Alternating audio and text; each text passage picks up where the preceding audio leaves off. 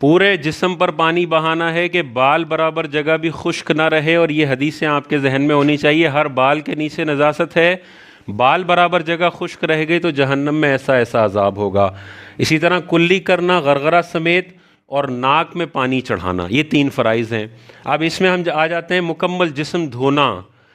تو ہر بال کو اس کی جڑ سے لے کر نوک تک دھونا ہے۔ اس میں سر کے بال آ گئے، اس میں یہ بھووں کے بال آ گئے، اس میں پلکوں کے بال آ گئے، اس میں داڑھی کے بال آ گئے۔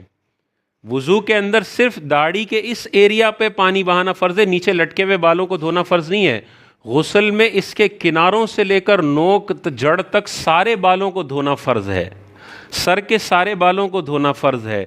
جسم کے سارے بالوں کو دھونا فرض ہے، کوئی جگہ بھی خشک نہ رہے۔ اور جہاں پہ پانی خود بخود نہیں پہنچتا وہاں پہ بتکلف پانی پہنچانا پڑے گا، جیسے بغل والی جگہ ہے یا کوئی موٹے بدن کا ہے، بھاری بدن کا ہے تو جسم پہ بل پڑ جاتے ہیں، تو بلوں کو کھول کر وہاں پر پانی پہنچانا پڑے گا۔ اگر کوئی بھی جگہ خشک رہ گئی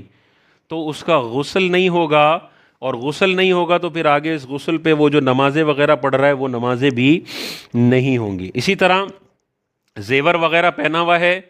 تو زیور کو اس طرح ہٹانا پڑے گا کہ زیور کے نیچے والی جگہ بھی دھل جائے،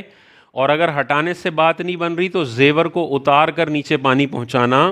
فرض ہوگا۔ بیٹھ کر اگر آپ غسل کر رہے ہیں تو بیٹھنے کی وجہ سے کوئی چیز دب جائے گی، آپ کے پیر دب جائیں گے، ان کو کھول کر پانی بہانا ہے۔ کھڑے کھڑے آپ شاور لے رہے ہیں تو کھڑے ہونے کی حالت میں جسم کے جو اعضاء بند ہو جاتے ہیں وہاں پر پانی بتکلف پہنچانا پڑے گا،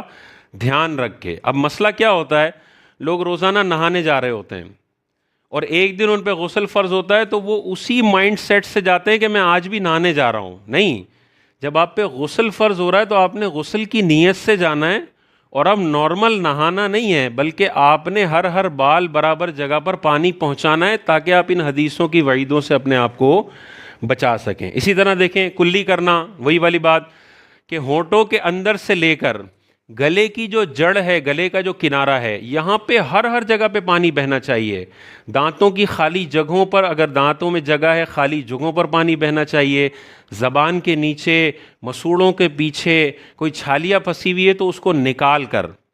بوٹیاں پھنسی ہوئی ہیں تو اس کو نکال کر اچھی طریقے سے کلی اور غرغرہ کرنا ضروری ہے تاکہ اندر کا حصہ، ہر حصہ مکمل طور پر دھل جائے۔ کوئی چیز پھنسی ہوئی ہے تو نکالیں، لیکن اگر چھالیاں 10 سال پرانی پھنسی ہوئی ہے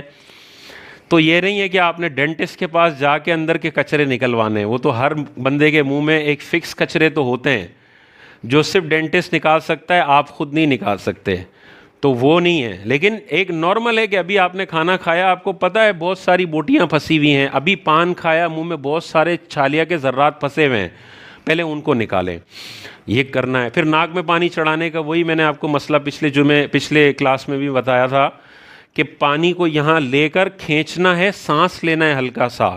پانی خود بخود نہیں پہنچے گا، سانس لینا ہے، اور نرم ہڈی مکمل طور پر دھلنی چاہیے، تب آپ کے غسل کا فرض پورا ہوگا۔ نرم ہڈی میں سے کوئی ایک بال بھی سوکھا رہ گیا، نزلے کی وجہ سے پیچھے کی جگہ خشک رہ گئی، یہ غسل نہیں ہوگا۔ آپ پر رات میں غسل فرض ہو گیا، ابھی سحری کا وقت ختم نہیں ہوا تو بہتر ہے آپ غسل کر کے ہی روزہ شروع کریں، لیکن آپ آخر میں اٹھیں، اب یا سحری کر لیں یا غسل کر لیں، تو پھر آپ کے لیے آپشن ہے کہ آپ ناپاکی کی حالت میں بھی روزہ شروع کر سکتے ہیں۔ روزہ شروع کرنے کے لیے پاک ہونا ضروری نہیں ہے، لیکن روزہ شروع ہونے سے پہلے 2 فرض آپ پہلے ہی پورے کر لیں، کلی کر لیں غرغرہ سمیت تاکہ سحری میں ہی کلی ہو جائے، اور ناک میں پانی چڑھا لیں اچھی طریقے سے۔ باقی جسم پہ پانی ڈالنا ہے وہ فجر کا وقت شروع ہونے کے بعد بھی کیا جا سکتا ہے، اس میں مسئلہ نہیں ہے۔ لیکن اگر حالت روزہ میں آپ پہ غسل فرض ہو جاتا ہے تو اب کلی کرنی ہے، غرغرہ نہیں کرنا۔ ناک میں ہلکا سا پانی چڑھانا ہے کہ نرم ہڈی پہ پانی پہنچے، دماغ پہ نہ پہنچے، دماغ پہ پہنچا روزہ ٹوٹ جائے گا۔ غرغرہ کیا اور پانی کا قطرہ گلے سے نیچے اتر گیا تو روزہ ٹوٹ جائے گا، تو اس میں پھر علماء نے آسانی دی ہے، صرف غرغرہ نہ کریں، لیکن اتنا پانی لے لیں کہ کم از کم منہ کا اندر کا حصہ دھل جائے۔